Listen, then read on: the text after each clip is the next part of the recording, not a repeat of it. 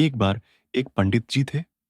वो रोज घर घर जाके भगवत गीता का पाठ करते तथा कान्हा की कथा सुनाते थे। एक दिन उन्हें एक चोर ने पकड़ लिया और कहा, तुम्हारे पास जो कुछ भी है वो मुझे दे दो। तब वो पंडित जी बोले कि बेटा, मेरे पास तो कुछ भी नहीं है। तुम एक काम करना, मैं यहीं पड़ोस के घर मैं जाकर भगवत गीता का पाठ करता हूँ। वो यजमान बहुत दानी लोग हैं। जब मैं कथा सुनाऊंगा तुम उनके घर में जाके चोरी कर लेना। चोर मान गया। अगले दिन जब पंडित जी कथा सुना रहे थे तब वो चोर भी वहां आ गया। तब पंडित जी बोले कि यहां से मीलों दूर एक गांव है वृंदावन। वहां एक लड़का रहता है जिसका नाम कान्हा है। वो हीरे जवाहरातों से लदा रहता है। अगर कोई लूटना चाहता है तो उसको लूटो।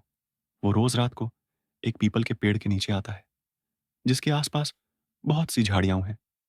चोर वहां से यह संकल्प लेकर चला कि अब तो मैं उस कान्हा को लूट के ही आऊंगा। रास्ते में वह बार बार कान्हा का नाम लेते हुए गया ताकि वह भूले नहीं कि उसे किसे लूटना है। अगले दिन शाम को वहां पहुंचा जो जगह उसे पंडित जी ने बताई थी। वहां पहुंचकर सोचा कि अगर मैं यहीं सामने खड़ा हो गया तो बच्चा मुझे देख के भाग जाएगा। इसीलिए उसने सोचा क्यों ना पास वाली झाड़ियों में ही छुप जाऊं। वो जैसे ही झाड़ियों में घुसा, झाड़ियों के कांटे उसे चुभने लगे। उस समय उसके मुंह से एक ही आवाज आई, कान्हा कान्हा।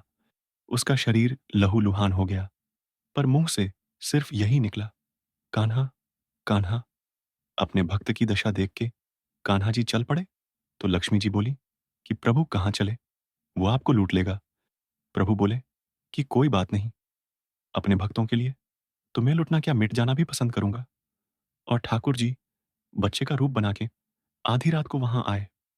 वो जैसे ही पेड़ के पास पहुंचे चोर एकदम से बाहर आ गया और उन्हें पकड़कर बोला कि कान्हा, तूने मुझे बहुत दुखी किया है।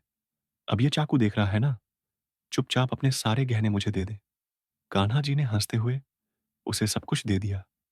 वो चोर हंसी खुशी अगले दिन अपने गांव में वापस पहुंचा और सबसे पहले उसी जगह गया जहां वो पंडित जी कथा सुना रहे थे। और चोरी के गहनों में से आधे उसने पंडित जी के चरणों में रख दिए। पंडित के पूछने पर उसने कहा कि आपने ही तो मुझे उस कान्हा का पता दिया था, मैं उसको लूट के आया हूं और ये आपका हिस्सा है। पंडित ने सुना तो यकीन ही नहीं हुआ।